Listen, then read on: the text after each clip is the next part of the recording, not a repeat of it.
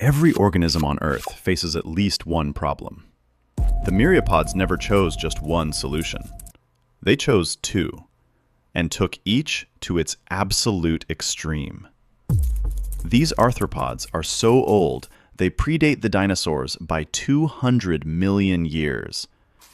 They survived by a single architectural principle: segmentation. Every segment a unit. Every unit expandable. 300 million years ago, that principle produced Arthropleura, a millipede ancestor stretching over 2.5 meters, moving through the forests of Europe, carrying the blueprint for its descendants.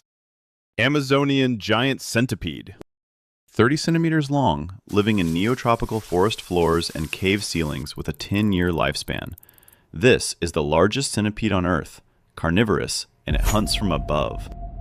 The cave ceiling offers no purchase for a conventional predator. Prey below is airborne, fast, and capable of evasion in 3 dimensions. The centipede's answer is mechanical.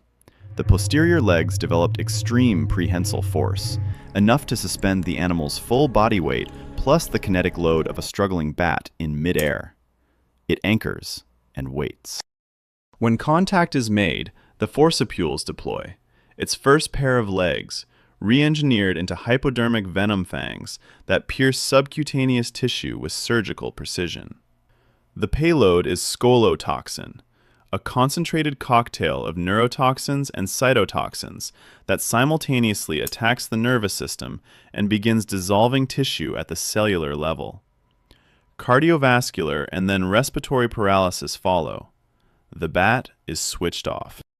House centipede. The house centipede is a radical counterpoint. 5 centimeters long, found inside the walls of nearly every human dwelling on every continent. What no other centipede on this list possesses: functional, faceted eyes. It watches. It reads the flight arc of its target in real time, calculates the intercept, and closes before the prey completes its turn. The fly does not see it coming. The closing speed is hydraulic. Body fluid pumped under pressure directly into the legs, turning them into precision launching rails. If a leg is seized mid-pursuit, the joint sacrifices itself. The limb detaches. The hunt continues. Contact means venom. The forcipules pierce, the prey stalls, and it is consumed before it hits the ground. The lost leg grows back. Not every animal on this list hunts. Some have never seen light, and at least one has been sitting in a museum drawer, misidentified, for nearly a century.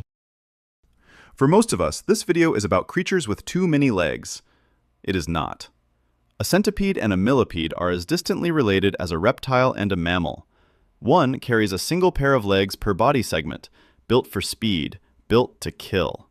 The other carries 2 pairs, built for pressure, built to endure. Centipedes are the assassins of this ecosystem. Millipedes are the armored recyclers. Neither has changed its fundamental strategy in hundreds of millions of years. What follows is the other side of that equation. Sierra luminous millipede.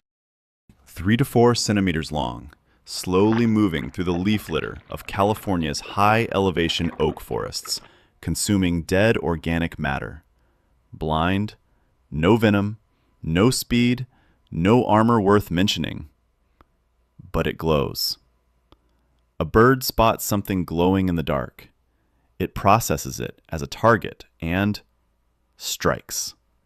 The moment of contact triggers a chemical reaction in its lateral glands, mandelinitriol, a precursor molecule that cleaves instantly on exposure to air and vents concentrated hydrogen cyanide directly into the bird's respiratory system.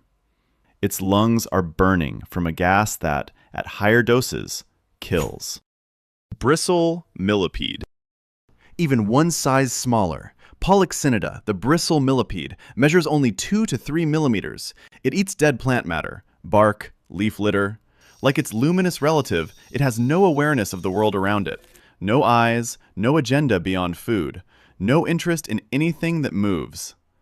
But detritivores are critical to every ecosystem on Earth, And nothing survives millions of years without excellent protection from predators. This one carries a lethal armor. The faster, larger, chemically armed, and coordinated ant grabs it. The moment of contact sheds bristles, microscopic structures with barbed nodes that interlock with the sensory hairs and joint articulations of the ant's exoskeleton. The ant pulls back. The bristles tighten. It pulls harder. The entanglement compounds until the limbs stop moving entirely.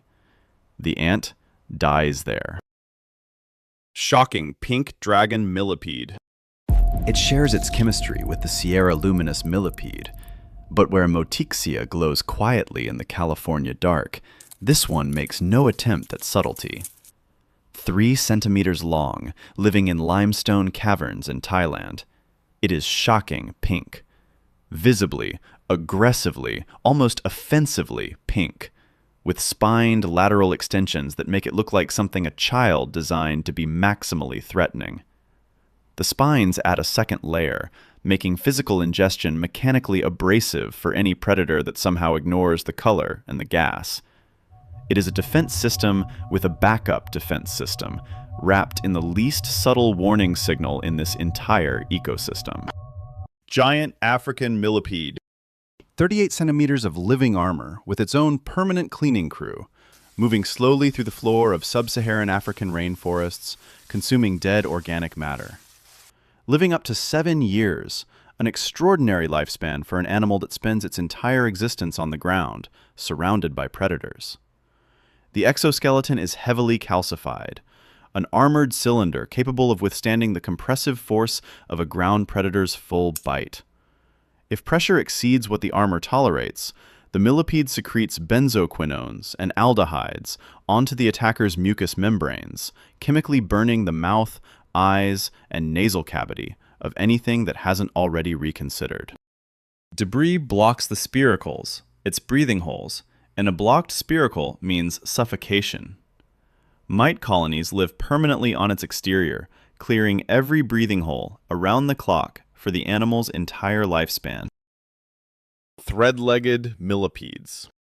In 2005, biologists in California rediscovered a species so rarely encountered it had effectively vanished for decades. Up to 750 legs, blind, forcing its way through compacted sandstone fissures that no other animal bothers with. 20 years later, in 2021, 60 meters below ground in a Western Australian mineshaft, researchers found Eumillipes persephone, 1,306 legs, a completely separate continent, a completely separate genetic lineage, and yet, structurally, almost identical. 2 separate lineages, 2 separate continents, the same solution. Because the physics of moving through rock leave only one answer. How many more are down there, in shafts nobody has drilled yet, is a question science cannot currently answer. Waterfall centipede. In 2000, an entomologist on his honeymoon in Thailand turned over a rock beside a stream. The centipede underneath did not run into the forest. It ran into the water. He stood there and watched it swim. 20 centimeters long, venomous, greenish-black. The only known amphibious centipede on Earth. And a specimen had been sitting misidentified in a drawer at the Natural History Museum in London since 1928. On land, it hunts like its relatives. When threatened, it enters the water, transitioning from terrestrial walking to full eel-like undulation, running along stream beds, hunting aquatic prey in near-freezing mountain currents. The exoskeleton is coated in a waxy, hydrophobic cuticle that repels water completely. Out of the stream, the body is already dry. The same layer acts as a thermal buffer against the temperature differentials that would send other Scolopendra species into shock.